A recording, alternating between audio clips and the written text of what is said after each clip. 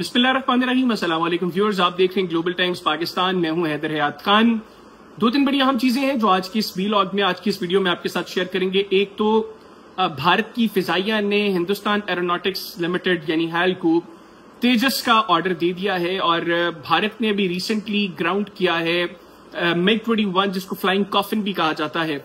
और भारतीय तारीख के अंदर जंगों में जो भारत को नुकसान हुआ है उससे हटकर जो भारतीय फिजाइया को बड़ा नुकसान हुआ है वो मिग 21 से हुआ है। तो अभी उसकी कमी को पूरा करने के लिए तेजस को ऑर्डर किया है। ये कितना आम है पाकिस्तान के हवाले से इसको इस वीलॉग के अंदर डिस्कस करेंगे। फिर चीन के वजीर खारजा वैंग यी ने भारत का दौरा किया और उसके बाद वो अफगानिस्तान गए, जहां पे पाकिस्तान, भारत और अफगानिस्तान के वजीर खारजा के दरमियान मुलाकात हुई। बाद वैंग यी पाकिस्तान आए और उन्होंने कहा कि इन तीनों ममालिक में जो सबसे अहम दौरा है, मेरे लिए सबसे इंपॉर्टेंट है, वो दौरे पाकिस्तान है। और उसी वक्त हमने ये देखा कि भारत ने एक इंटरकॉन्टिनेंटल बैलिस्टिक मिसाइल का तजर्बा किया और भारतीय मीडिया उसके बाद मुसलसल ये बात कर रहा है कि चीन का चप्पा चप्पा भारत के निशाने पर है। यानी इस तजर्बे से और इसकी जो टाइमिंग है वो बड़ी इंपॉर्टेंट है और इस तजर्बे से भारत चीन को क्या पैगाम दे रहा है, इस पर भी इस वीलॉग में डिस्कशन करेंगे। फिर प्रवीण सानी साहब, हम अक्सर उनका जिक्र करते हैं अपनी वीडियोज के अंदर, उनके इंटरव्यूज जो है वो आपको दिखाते हैं। प्रवीण सानी साहब ने एक बड़ी अहम बात की है जिसको हम भी अपने प्रोग्राम्स के अंदर मल्टीपल टाइम्स डिस्कस कर चुके हैं, लेकिन वो जो मशवरा उन्होंने भारत में इस वक्त मोदी हुकूमत को दिया है, लग नहीं रहा कि भारत उसके ऊपर अमल करे। क्योंकि अगर भारत उसके ऊपर अमल करता है तो ये खित्ता बहुत तेजी से प्रोग्रेस कर सकता है। इन तीनों चीजों को डिस्कस करेंगे। सबसे पहले तो बात करें हैल को। हिंदुस्तान एरोनॉटिक्स लिमिटेड को 62,000 करोड़ का एक ऑर्डर दिया है भारतीय फिजाइया ने, भारतीय मिनिस्ट्री ऑफ डिफेंस ने। और तेजस जहाज जो 4.5 जनरेशन का फाइटर जेट है उसका ऑर्डर दिया है। और रिसेंटली आपको याद होगा कि तेजस के हवाले से भी इनफैक्ट इसी साल जनवरी में भारत के फिजाइया के सरबरा air chief marshal AP Singh ने कहा था कि जो ऑर्डर्स उनको सालों पहले दिए हुए वो अभी तक मुकम्मल नहीं हुए। और बाद में जब पाकिस्तान और भारत के दरमियान जंग में भारतीय फिजाइया को हजीमत का सामना करना पड़ा, भारतीय हुकूमत को, इनफैक्ट पूरे भारत को जिस शर्मिंदगी का सामना करना पड़ा, उसके बाद भी उन्होंने कहा जी कि हमारे ऑर्डर्स बड़े डिले हो जाते हैं। तो अभी ये जो ऑर्डर दिया है भारत ने हाल को हिंदुस्तान एरोनॉटिक्स लिमिटेड को, ये बड़ा इंपॉर्टेंट, इसकी टाइमिंग बड़ी इंपॉर्टेंट है। एक तो रिसेंटली अभी मिग 21 जो फ्लाइंग कॉफिन जिसको कहा जाता था, जो अभिनंदन का भी जहाज था जिसको पाकिस्तान ने गिराया और बाद में फैंटास्टिक कप ऑफ टी जो उसको पिलाया था, अभी मेरे पास भी एक बड़ा जबरदस्त चाय का कप मौजूद है, तो वो भी मिग 21 था जो पाकिस्तान ने गिराया था। लेकिन अभी हालिया जो पाक भारत जंग थी उसके अंदर पाकिस्तान ने मिग 21 नहीं गिराया, मिग 29 गिराया जो उससे ज्यादा जदीद जहाज है। मिराज 2000 गिराया, पाकिस्तान ने SU-30 गिराया। उसके बाद पाकिस्तान ने 3 भारतीय राफेल्स गिराए। गो के अब कुछ हल्के ये कह रहे हैं कि पाकिस्तान ने 4 भारतीय राफेल गिराए थे। पाकिस्तान के पास ये इंफॉर्मेशन है कि 4 राफेल्स लैंड नहीं किए, लेकिन चूंकि इनिशियली 3 राफेल्स का जो है वो कहा गया था तो हम उसी के ऊपर स्टिक करते हैं कि 3 राफेल्स, उनकी तो वीडियोस, एविडेंसेस सब कुछ पाकिस्तान के पास मौजूद है। तो ये जो तेजस है बुनियादी तौर पर ये भी एक बड़ा बेहतरीन जहाज है, 4.5 जनरेशन का ये जहाज है। और भारत क्यों इसकी तरफ गया, ये एक इंपॉर्टेंट चीज है। रिसेंटली भारत में डिस्कशन हुई थी कि भारत अमेरिका से F-35 जो है वो फाइटर जेट ले, लेकिन F-35 जो है उसकी ऑपरेशनल एक्सपेंसेस बहुत ज्यादा है, उसके मेंटेनेंस के एक्सपेंसेस बहुत ज्यादा हैं।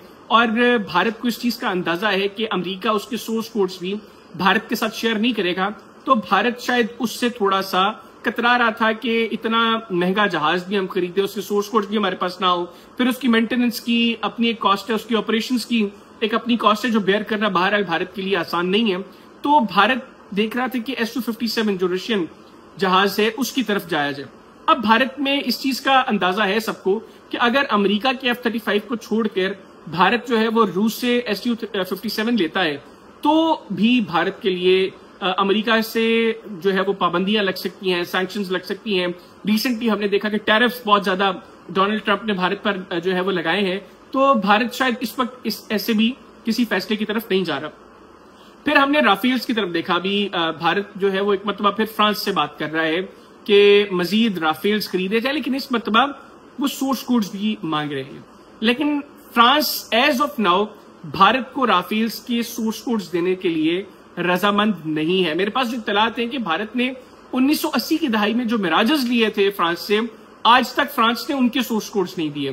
फिर हालिया पाक भारत जंग के वक्त भी जब पाकिस्तान ने उनको जाम किया, उनको तबाह किया, तो भी भारत बार बार तकाजा करता रहा है फ्रांस से कि हमें इनके सोर्स कोड्स दिए जाएं, लेकिन अभी तक फ्रांस ने वो सोर्स कोड्स भारत को नहीं दिए। और अभी भी जो डील के अंदर एक थोड़ा सा मसला आ रहा है फ्रांस और भारत के दरमियान, वो यही है कि उनके सोर्स कोड्स नहीं है। तो ये जो है हिंदुस्तान एरोनॉटिक्स लिमिटेड, ये भारत के अंदर जो है वो तेजस को तैयार करेगी, तो यकीनी तौर पर भारत के लिए किसी और मुल्क के पास जाकर सोर्स कोड्स के लिए भीख मांगने की उसको जरूरत नहीं पड़ेगी। लेकिन अब ये देखना है कि भारत के अंदर हेल किस बेहतरीन अंदाज में इसको तैयार करती है। नो डाउट भारत में बड़े ब्रिलियंट माइंड्स मौजूद हैं और वो मुझे उम्मीद है कि अच्छा जहाज भी बनाएंगे, फिर बाद में उसकी ट्रेनिंग, उसको चलाने की सलाहियत और उसके अंदर बैठ के जो एक पायलट के अंदर करेज होनी चाहिए, वो क्या भारतीय फिजाइया दे सकती है अपने पायलट्स को? तारीख ने तो साबित किया कि नहीं। आगे चल के देखते हैं कि ऐसा मुमकिन हो पाएगा या नहीं, लेकिन पाकिस्तान को इससे कोई टेंशन नहीं है। एक तो पाकिस्तान के अंदर हम JF-17 थंडर्स जो खुद बना रहे हैं, उनकी हमने रिसेंटली अपग्रेडेशन भी की है। तो JF-17 थंडर प्लस J-10 जो पाकिस्तान के पास चीनी मौजूद है, मैं अभी तक के पाकिस्तान के जो फाइटर जेट्स हैं उनकी बात कर रहा हूं। तो तेजस जो है, जो अभी 4.5 जनरेशन का भारत बना रहा है, तो पाकिस्तान को खतरा नहीं है। मजीद ये कि पाकिस्तान जो J-35 ले रहा है अब चीन से, J-35 भारत के लिए खतरा है। ये पाकिस्तानी जहाज तो खतरा है ही है, ये तो खौफ की अलामत है ही है, लेकिन इसके साथ जो पाकिस्तान अब J-35 ले रहा है और उसके साथ एक मिसाइल कॉम्बिनेशन PL-17 का ले रहा है। प्रवीण सानी साहब ने कहा था कि PL-15 प्लस J-10 ये बड़ा लीथल कॉम्बिनेशन साबित हुआ है 4 रोजा पाक भारत जंग के अंदर। तो अब पाकिस्तान जो ले रहा है J-35 प्लस PL-17, ये उससे भी ज्यादा लीथल कॉम्बिनेशन है, तो भारत को उससे खतरा है। और भारत इसीलिए बार बार सोर्स कोड्स भी मांग रहे हैं राफेल के फ्रांस से, जो फ्रांस नहीं दे रहा। तो अब तेजस के बाद देखते हैं कि भारतीय फिजाइया उन MiG-21 की कमी को पूरा करती है कैसे, और उसके बाद मजीद इसके अंदर क्या कुछ होता है। दूसरी चीज, वैंग ही चीन के वजीर खारजा, उन्होंने भारत का दौरा किया, नई दिल्ली का दौरा किया। भारत के वजीर खारजा जयशंकर, भारत के कौमी सलामती के मुशीर अजीत डोवाल और भारत के वजीर आजम नरेंद्र मोदी, उससे उनकी मुलाकात हुई और वो मुलाकात बहुत अच्छी नहीं हुई। उसमें चीन ने क्लियर मैसेज दिया भारत को कि चीन और भारत के अच्छे ताल्लुकात का रास्ता पाकिस्तान से होकर आता है। अगर भारत ये चाहता है कि चीन और पाकिस्तान के दरमियान अच्छे ताल्लुकात हों, तो भारत को पाकिस्तान के साथ अच्छे ताल्लुकात बनाना होंगे। अच्छा, वैंग ही उसके बाद जाते हैं काबुल, जहां पर पाकिस्तान, अफगानिस्तान और चीन के वज़ीर खारजा के दरमियान मुलाकात होती है, ट्रायलैटरल वहां पर डायलॉग होता है, और फिर वो आते हैं पाकिस्तान। जब वो पाकिस्तान होते हैं तो भारत जो है वो एक तजर्बा करता है इंटरकॉन्टिनेंटल बैलिस्टिक मिसाइल का अग्नि 5 सीरीज के। और अब भारत ये क्लेम कर रहा है, भारतीय मीडिया बार बार ये बात कर रहा है कि अब चीन का चप्पा चप्पा भारत की जो है वो रडार पर है, भारत की रेंज में है, जिसको भारत टारगेट कर सकता है। तो वैंग जी जब दौरा करते हैं भारत का, तो वहां पर ये बातें होती हैं कि स्ट्रेटेजिकली तो खैर चले बहुत चीजें बेहतर नहीं हुई, लेकिन टेक्निकल एडजस्टमेंट्स कुछ हुई हैं। भारत जो है वो इस वक्त इस पोजीशन में नहीं है कि वो चीन के साथ जो है वो जंग लड़ सके, क्योंकि हाल ही में उसने पाकिस्तान से बहुत ज्यादा मार खाई है, मोराल वहां पर डाउन है, पॉलिटिकल लीडरशिप के ऊपर बहुत ज्यादा तनकीद हो रही है, उनके फौजी तैयार नहीं है पाकिस्तान के साथ जंग लड़ने के लिए, उनकी मिलिट्री की लीडरशिप तैयार नहीं है पाकिस्तान के खिलाफ जंग लड़ने के लिए।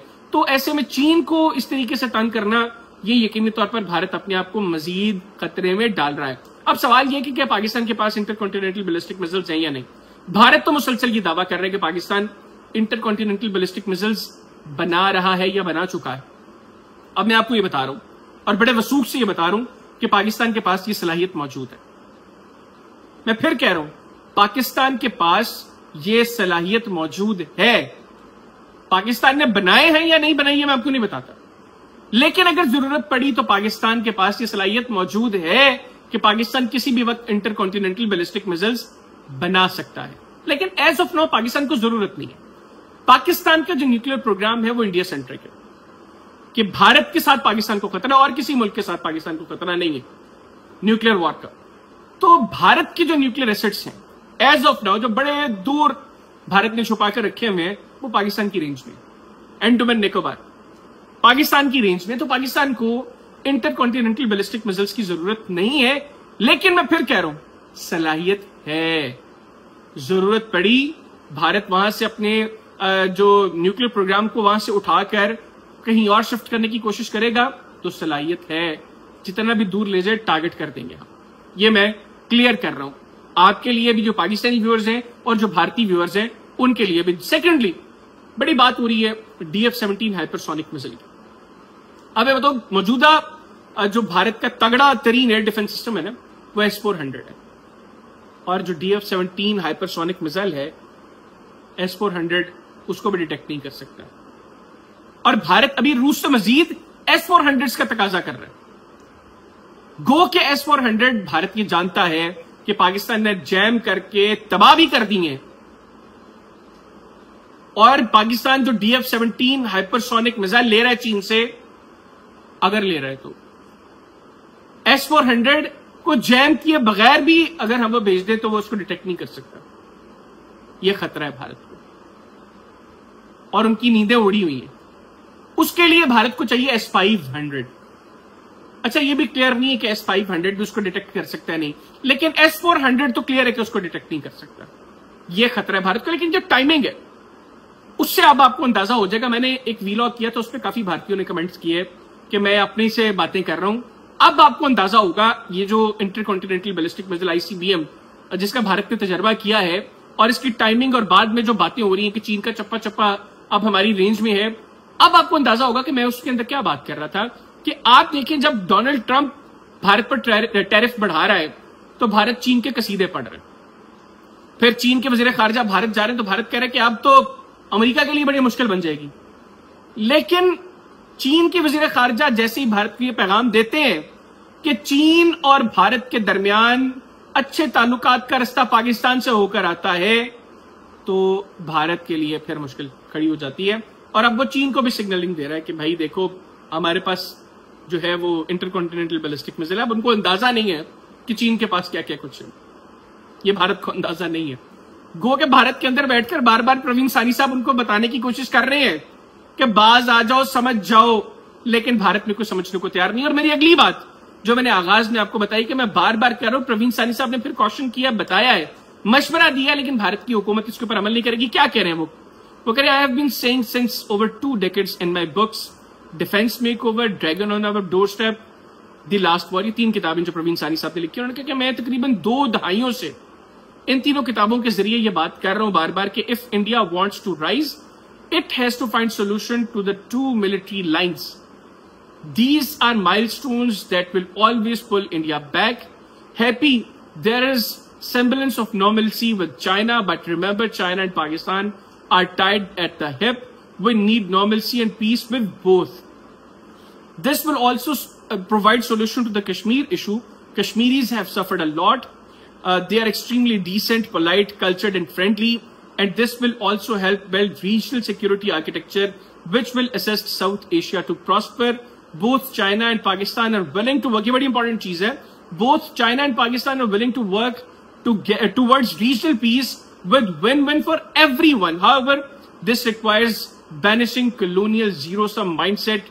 Remember, there is room for everyone to rise. This is not rhetoric, but a doable proposition. तो क्या बात कर रहे हैं? वो कह रहे हैं कि भारत को 2 military lines के ऊपर जो है वो मसले का हल तलाश करना, एक चीन, एक पाकिस्तान। वो कह रहे हैं कि ठीक है, अगर चीन के वजीर खारजा के दौरे भारत और अभी रिसेंटली अमेरिका की वजह से भारत में चीन को लेकर जो सेंटिमेंट डेवलप हो रहा है, अच्छी चीज है कि ये ताल्लुकात बेहतर हों, लेकिन इस चीज को ध्यान में रखना चाहिए कि पाकिस्तान और चीन आपस में कैसे कनेक्टेड है। आपको दोनों ममालिक के साथ ताल्लुकात बेहतर करना होंगे, और अगर आप ये करेंगे तो मसला कश्मीर का हल भी निकल आएगा। और कश्मीरीज कहते हैं उन्होंने बहुत सफर किया है, और वो बड़े डिसेंट और पोलाइट लोग हैं, बड़े बेहतरीन लोग हैं, लेकिन वो सफर कर रहे हैं भारत की वजह से।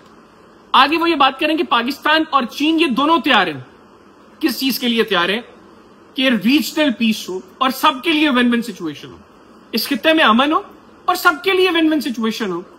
और वो ये भी कह रहे हैं कि जो उन्होंने बात की ना कि banishing colonial zero sum mindset, ये बेसिकली भारत के अंदर ये अप्रोच है कि अगर मेरा फायदा हो रहा है तो दूसरे का नुकसान ही होना चाहिए। ऐसा नहीं होता, ऐसा भी हो सकता है कि आपका फायदा हो, दूसरे के फायदे के साथ भी हो सकता है। ये अप्रोच चीन और पाकिस्तान की है, भारत के अंदर ये अप्रोच नहीं। वो कह रहे हैं ये डूएबल है, आराम से हो सकता है, कोई रेट्रिक नहीं है, लेकिन इसमें भारत को सोचना है कि इस घटिया माइंडसेट से बाहर निकलना है कि अपना फायदा करने के लिए किसी का नुकसान करना जरूरी है या नहीं निकल। अगर भारत निकल आएगा इससे, जो कि मुझे लगता नहीं है कि यह घटिया शैतान जो भारत में बरसर इक्तदार है, जब तक यह इक्तदार के सिंहासन पर विराजमान रहेगा ऐसा मुमकिन नहीं है। और मैं बार बार क्वेश्चन कर रहा हूं, भारतीयों को फैसला आपने करना है। आपने तरक्की करनी है, आपने मजीद तबाही की तरफ जाना है। अगर मजीद तबाही की तरफ जाना है, इस खित्ते पे एक और जंग मुसल्लत करनी है, पाकिस्तान के मजीद सरप्राइजेस देखने हैं, तो ठीक है, इस घटिया शख्स को रखे इक्तदार पर। लेकिन अब अगर आप चाहते हैं कि तरक्की हो, ये खित्ता तरक्की करे, आगे बढ़े, प्रॉस्पर करे, तो उसके लिए इस घटिया अप्रोच को, घटिया माइंडसेट को, इस शैतान को भारत ने इक्तदार से निकाल बाहर फेंकना होगा। और ये भारतीय कर सकते हैं। मेरे बस में हो, मैं तो 1 मिनट न लगाऊं इसको इक्तदार से दूर करूं, इस खित्ते के लिए, इस पूरे रीजन के लिए। अब फैसला भारतीयों ने करना है। इजाजत दीजिए, अल्लाह हाफिज। पाकिस्तान हमेशा जिंदाबाद।